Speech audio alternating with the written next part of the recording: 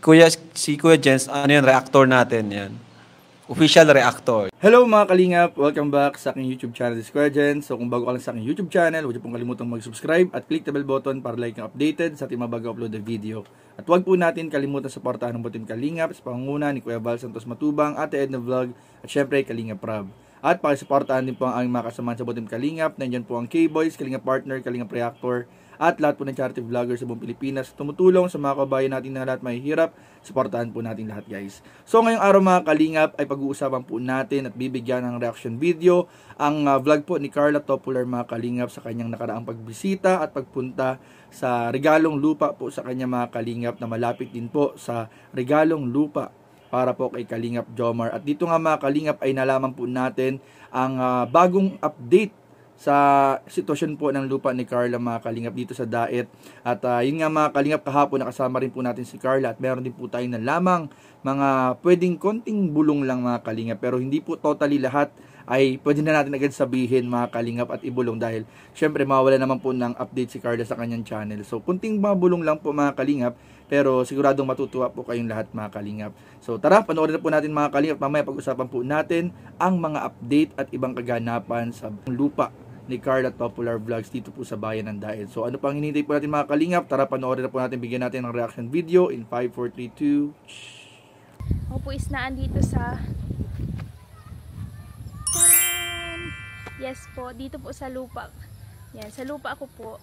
Then, ito na po siya. Bali, si tatay po ang nag-asikaso nito. Si tatay po ang may kausap na kontraktor. Then, ito na po. Ito na yung napagawa. Pinabakudan ko po muna siya pansamantala.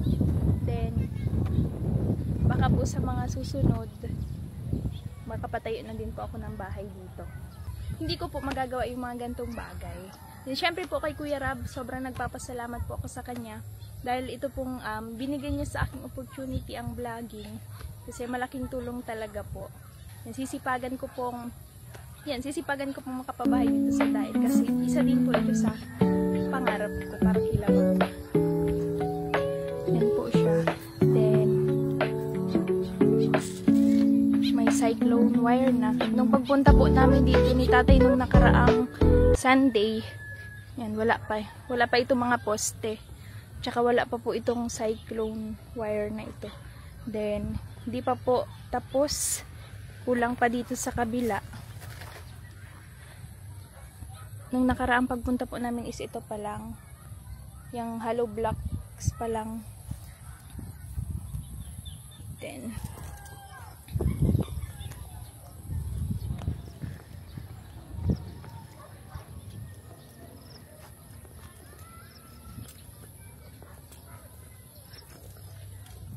yun po, kung maaalala nyo po dun sa previous vlog ni Kuya, then ito pong lupa na ito is sponsored lang din po. Yes po, isa po kami ni Kalingap Jomar, parehas po kami tag 100 square meter.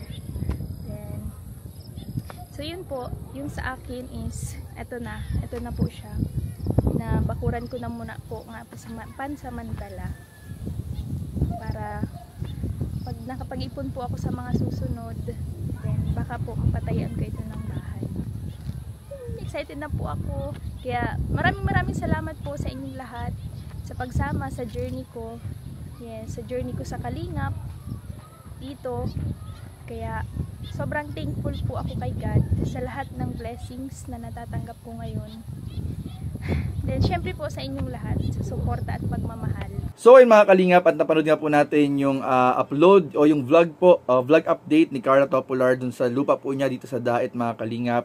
Na ayun nga po, nakita po natin mga kalingap na sobrang saya po ni Carla dahil sa wakas ay meron na pong progress update at bagong aabangan doon po sa lupa po niya dito sa Daet, na nabanggit nga po niya talagang pangarap po niyang mapagawa o makapagpagawa ng bahay po dito sa Daet para po sa pamilya din po niya, para hindi na po sila nahihirapan na pumunta o magsiksikan sa apartment kapag bibisitahin po siya nila Nanay Cynthia, nila Tatay Alan, ng mga kapatid niya.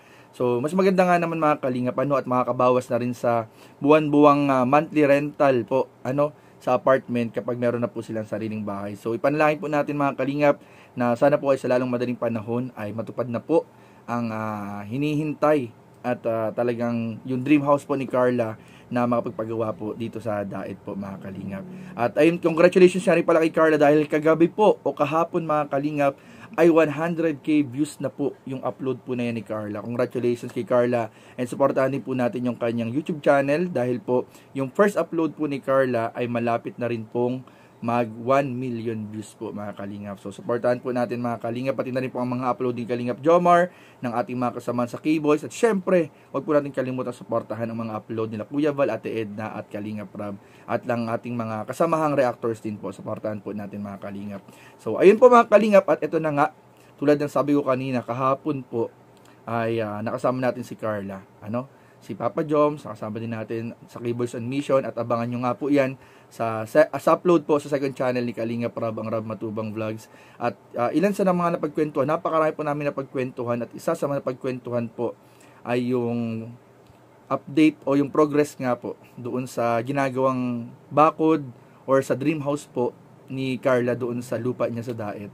At tayo bilang isang engineer, nakita natin yung bakod po ni Carla, which is for the meantime, in my own opinion, hindi na po masama.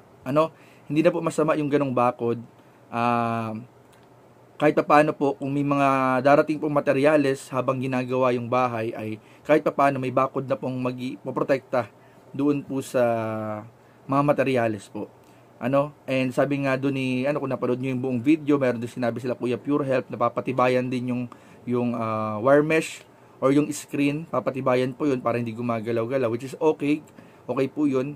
Pero in my own opinion, syempre, kung papagawa dyan si Carla talaga ng kanilang dream house, ng family niya, dyan sa lupa na yan, ay maya advice ko na mas lakihan pa yung bakod or mas tibayan pa o tawag dito, yung talagang pangmatagalan, pangmatagalan talaga.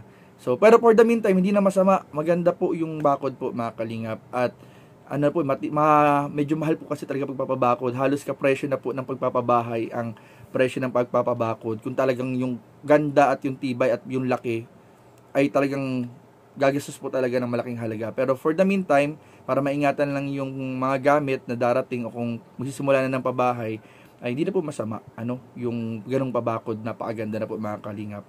At ayun nga, mga kalingap, bilang bulong, konting bulong po, mga kalingap, ay ayun nga, nakapaghingi din ng advice sa atin si Carla na kung sa atin bilang isang engineer, naghingi siya ng parang advice, and meron kaming mga pinag-usapan, and hindi pa pwedeng lahat sabihin, pero abangan po ninyo dahil talagang si Carla po talaga ay porsigido po at talagang excited na po na mapagawa po yung bahay dito sa Daet na tutuluyan po din ang family po nila. At ang kagandahan pa nito, magkapit bahay po sila ni Kalingap Jomar. So abangan po ninyo, mga kalingap. At syempre po, suportahan din po natin. Kung kaya po natin makapagpaabot din ng tulong, ay mas maganda po para mas mapadali po yung pagpapagawa ni Carla ng kanyang dream house. So, yun lamang po, mga kalingap, at maraming po salamat sa inyong panonood. Please don't forget to like, comment, share, and subscribe sa ating mga video. Maraming po salamat. God bless. Bye-bye.